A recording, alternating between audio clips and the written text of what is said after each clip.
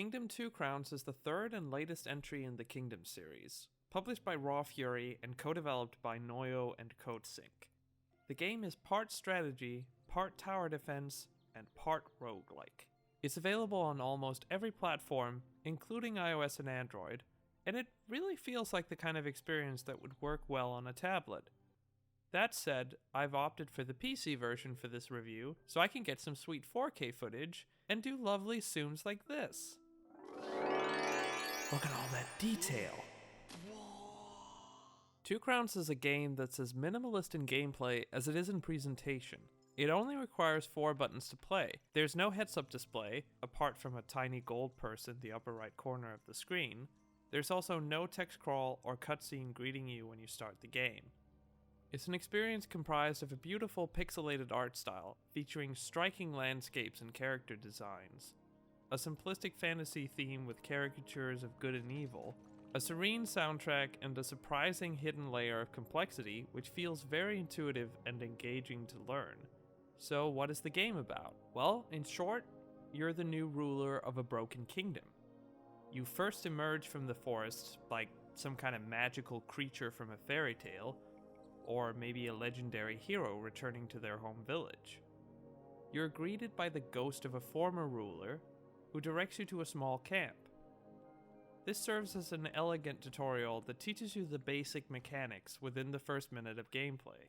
You're taught to spend coins to put up walls, to recruit settlers, and to buy them equipment so you can put them to work as builders or archers. And just like that, there's no more handholding. As the ghost fades into oblivion, they leave you with one final instruction: build, expand, defend. Your settlement can be upgraded from a simple campfire with a tiny wooden palisade, all the way up to a fortress flanked by guard towers, farms, a blacksmith, and iron walls. As you progress through the game, you discover new technology, and you get access to new unique buildings or permanent upgrades. No matter what you do, short of moving, you will need gold to do it. Need to build something? You need gold to finance it. Need to equip your settlers? Buy the equipment from ye oldie medieval Walmart with gold. Need to cut down a tree? Better bring a sharp gold coin because axes don't work without them. Need to order your troops to advance? Not without paying them, you don't. Even something as simple as ringing a bell costs gold. Ringing a bell. Thankfully, gold is, for the most part, easy to come by. Every day, your hunters go out and search for wild game to hunt, while your fathers... My father harvests the field. Oh my god. Jesus Christ. Every day, your hunters go out and search for wild game, while your farmers harvest the fields. You might think it sounds like a lot of micromanagement when it comes to having to pick up all of these gold coins, but don't worry. You don't have to cover every inch of the land just to scoop up coins, like some kind of deranged Italian plumber. Thankfully, your settlers are really good at picking up coins for you, and you can always count on them to give their coins back to you when you happen to come across them. After all, you are their ruler, and everyone has to pay their taxes to you. From your crown, supreme, unquestionable authority is derived. I am your king. The divine right of kings and queens, passed down for countless eons. The holy institution of monarchy. Wait, did you just steal my coin? Hey, I need that, you jerk! Bloody peasant! Settlers will always drop you their coins when you approach them, but this eagerness to share their wealth can be a source of irritation, since you can only hold a limited amount of gold at any time. This means that if your purse is filled to the brim, you can end up comically spilling your money everywhere, like some kind of filthy wet bandit. To be fair, if this does happen, you're probably not hurting for cash when that sweet, sweet farm money starts rolling in. Thank you, fathers. If all goes well next summer, there will be a good harvest. Give me thine tithe, peasant, and erect a wall for me, and garrison this tower with bowmen. Roll the flaming barrels to the catapult, Quick, more farms, more tithes. Work, you worms, work. Ah, now we see the violence inherent in the system. Shut up! Oh, come and see the violence inherent in the system!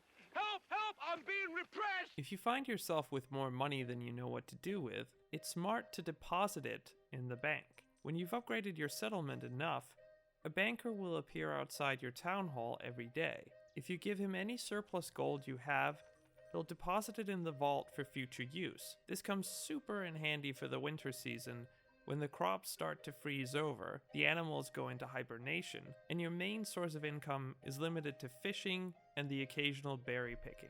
Your bank deposits also double as an investment, meaning if you deposit enough coins with the banker, you will start receiving interest when you approach him. Wait, is that a mining rig? You running some sort of crypto scheme in there? Hey, come back here. Like, I just want to know what you're doing with my money. Oh, shit. Expand. The land in Kingdom 2 Crowns is largely covered in woods that need to be cleared out to make room for fortifications and farmland. That means cutting down trees and paying builders to work. But the land also has its share of hidden gems, pun intended, in the form of power-ups that can be purchased for diamonds. You can buy new mounts, upgrades for your settlers, improved technology, new grandpas, etc. You get everywhere by riding, and you can't ride indefinitely. Eventually your mount will just stop riding at full speed as it runs out of breath and finally has to resort to a slow canter. At this point it has to graze to recover stamina. And if you don't let your mount graze somewhere, your ass is gonna get bit. One of the biggest rookie mistakes in Kingdom 2 Crowns is to go exploring too far from home too fast, as the stamina limitation is really good at getting you killed when the sun goes down. The mounts are more than just cosmetic, and the different ones you unlock have interesting gameplay effects.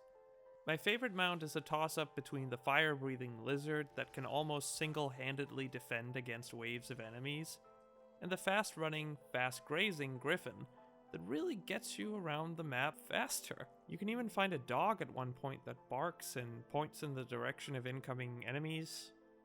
I mean, the direction they're coming from is pretty much just left and right, and they mostly come out at night.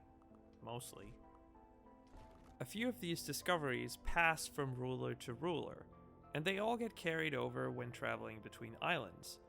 But if you die, you do lose most of them, and it can be a real pain to kick the bucket on the 5th island, only to once again have to unlock every power-up on every previous island up to that point, just to improve your chances of winning. In order to travel from island to island, you have to construct a ship, which takes quite a while and costs a significant amount of gold. Before setting sail, you can ring a bell to bring with you a contingent of bowmen and builders, so you don't start off empty-handed on the next island. If you manage to build a lighthouse, you can even travel back to the same island without wrecking your ship on the shore and having to rebuild it. But just like the walls of your settlement, this eventually deteriorates and needs to be rebuilt if you've left for too long. You see, all things in this world degrade under the constant assault of what lurks in the night. Defend. The night is dark and full of terrors. Come nightfall, you are attacked by greedy little gold-hungry demons known as... hold on. The Greed. Right, that checks out. Oh, shit. The Greed only come out at night, meaning you'll be keeping busy scouting outside your walls during the day, and cowering behind your walls come sundown.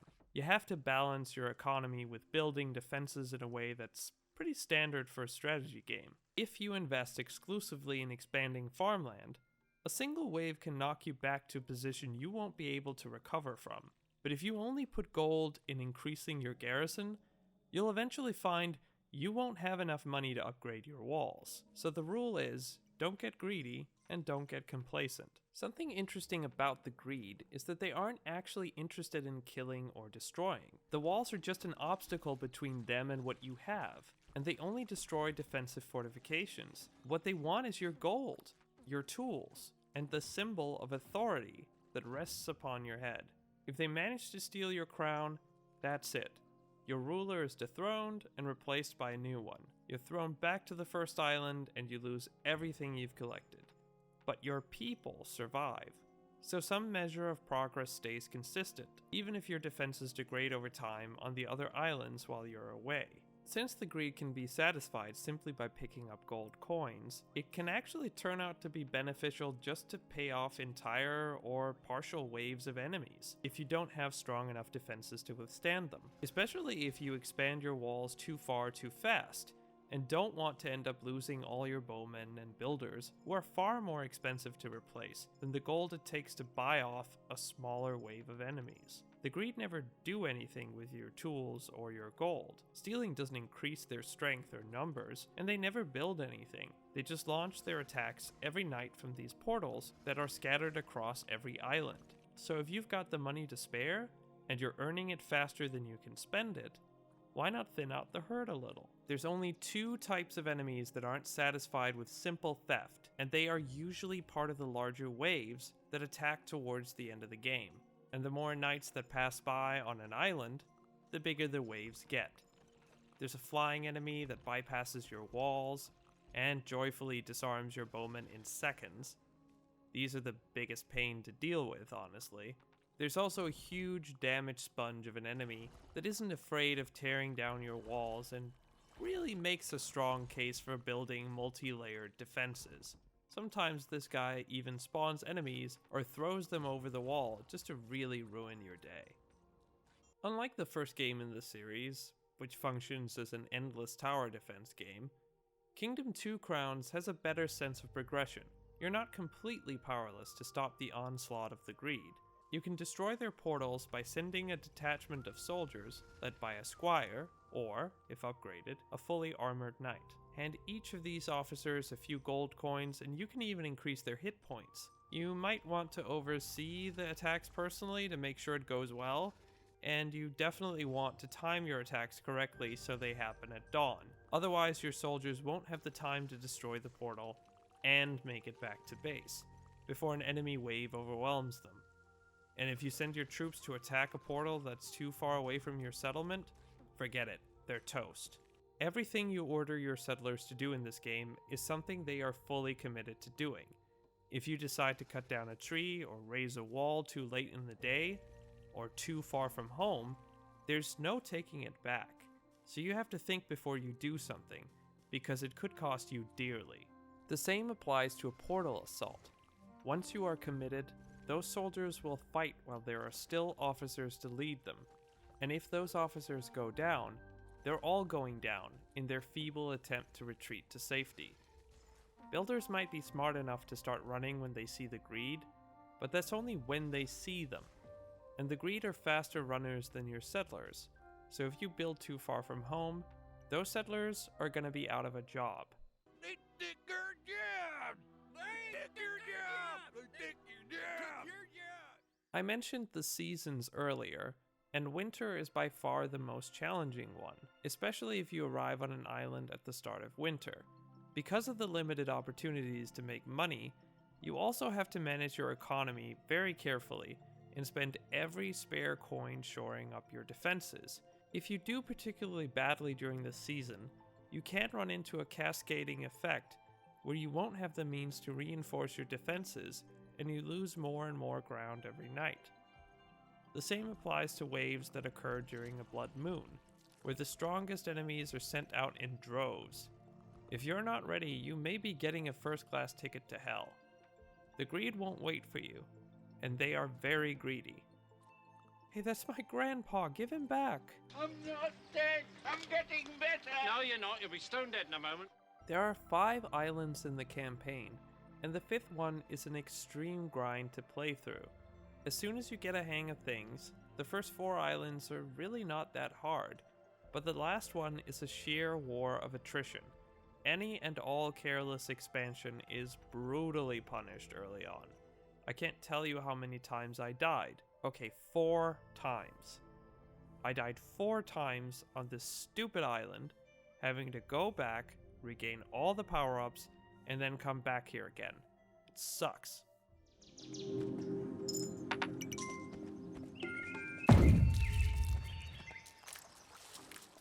It sucks. Every island has a set number of small portals, which can be relatively easily destroyed and replaced with a portal that you can use to more easily traverse the island. Aside from these, there's one cave portal, which requires a bomb to destroy that can only be unlocked when you've discovered metal on the 4th island. Once the cave portal has been destroyed, the entire island is made safe permanently. So basically a run of the campaign looks something like this. You get the upgrades on each island before you sail to the next one, up until you finally discover metal so you can fully upgrade your settlement. Before this, you've died a whole bunch of times learning the basic mechanics of the game. Then you blow up the cave on the 4th island, or, more likely, you die in the attempt, and get sent back to the fairly easy 1st island, where you then proceed to upgrade everything and finally blow up the cave. You rinse and repeat the process for all the first 4 islands, and then you go to the 5th island, where you die again, and again, and again, because of the higher difficulty spike. Finally, you blow up the last cave, hoping for a cinematic or something interesting to happen, and then the game just kind of ends. The credits roll, and then you're back outside the cave. And then nothing. You can't do anything. There's nothing to do. There are no more enemies to fight. And Jesus wept, for there were no more worlds to conquer. The Endgame. This is a rather anticlimactic way to end the game, but if I look at my playtime and the enjoyment I got out of it, does it really matter? I'll mention a few more things before I end this review. There's an online/couch co-op mode, which I guess is what the 2 Crowns is in reference to. I can't imagine it really changes a lot of the core mechanics, or that it's really that interesting to play in co-op. In fact, if anything, it seems to me that the most efficient way to play would be to stick to each your own side of the map, at which point you never see each other. And then what is the point? But hey, co-op is just a really cool feature to have in any game, and playing with a friend always makes the experience better. It's just too bad I don't have any friends. Kingdom 2 Crowns also features 2 free DLC packs entitled Shogun and Deadlands, respectively. Both are essentially reskins of the game, with very little, if any, impact on the gameplay. According to the Kingdom Wikia, Deadlands is a themed crossover with the 2019 Kickstarter-funded game, Bloodstained: Ritual of the Night, though you'd never know it unless you're familiar with Bloodstained already. Shogun is identical to the base game in every way, except for the aesthetics, as everything is given a feudal Japanese theme, which is pretty darn sweet, to be honest. I kinda wish I played through the whole game with it looking like this. This is so cool. Finally, there's Northlands, which is supposed to feature more substantial changes to the gameplay, but it's paid DLC and I didn't feel like buying it, so I won't go any further into it. It does look cool though, I'll tell you that much. In fact, that's something you can say for this game in general. It looks amazing. The pixel art is simply superb, no matter what resolution you're running. There are so many wonderful little details, like the way builders and farmers curtsy when you stop near them, the animations of the deer as they graze and hop around, the birds scattering into the air when you approach, the whole world reflected in a clear river teeming with fish, the seasons, the time of day, and the weather, the little torch that lights up the darkness as you hurry to make your way back to the safety of the walls. I love the flat, many-layered backgrounds moving at different speeds independent of each other, giving the world a sense of depth, especially on the first island where a king and queen share half of one broken crown. And the game would not be the same without the beautiful soundtrack. Composed by Toy Tree, it's just such a treat to listen to. It's a wonderful mix of the serene, ethereal, and nightmarish that encompass any emotion you could be feeling, from traveling through unknown lands to expanding your settlement, to watching helplessly as your defenses fall apart and you get swarmed by enemies. It even serves a gameplay function, as various melodic tracks will play right up to when the sun goes down and the greed attack, signaling that it's time to head back to base soon.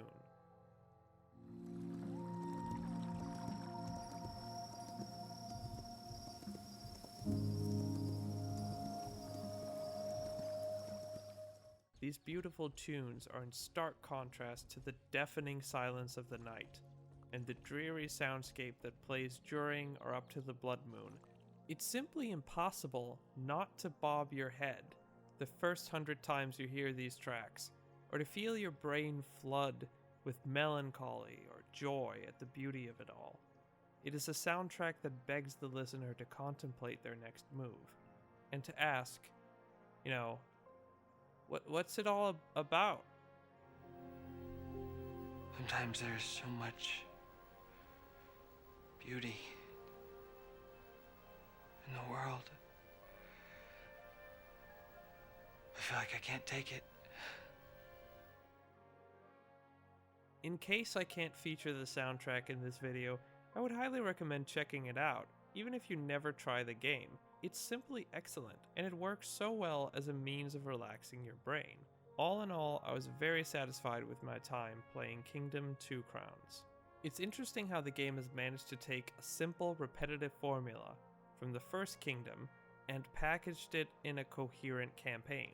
And even though it doesn't have a satisfying ending, it still feels like it has a pace and conclusion to it, which I appreciate. It's minimalistic, which can be both a blessing and a curse at times. You don't have full control of your settlers, and sometimes their pathfinding and prioritizing of tasks is questionable. This is far from unusual for a minimalist game like this, and does remind me a lot of Black and White, which similarly left the player's fate in the hands of the not-so-bright AI. To have to rely on your subjects is also very much in keeping with the theme of the game. It's just part of the charm to not have such direct control of everything, and to have the interaction feel more personal than a simple mouse click from a top-down perspective. And that personal touch is exactly what the game is about. You grow to enjoy the slow movement from right to left, or left to right. As your kingdom expands, it takes a significant amount of time to traverse it. In fact, in the late game, full waves of enemies can come and go in the time it takes to travel from one end of the kingdom to the other. This can be annoying if you end up getting distracted and forgetting what you wanted to do on the opposite side of the map by the time you get there, but it's also a source of relaxation when you have the time to take in the music and the atmosphere. This is an experience that is mostly about quiet contemplation, a journey through woods unknown, admiring the majestic scenery or the farmland and walls you helped build, listening to the music as you think of what your next move is, and how and where you will expand. It's not the deepest of games, but it is the most elegant in execution. If you ever wanted to play a fully realized version of one of those 2D tower defense games you can play for free on Newgrounds, this is pretty much it. And hey, if you ever feel like replaying it, there's always that DLC to check out. There's even an 80s themed Kingdom game if you feel like playing something resembling a Stranger Things spin-off while you're waiting for the new season. I just hope that there'll be a bit more of a focus on putting a story mode in there to really spice things up. Alright, that's it for me. If you like this video, please like, share, subscribe, all that good stuff. And if you have a question you'd like to ask, you're welcome to leave a comment, even a suggestion for what my next video could be. I'll see you out there.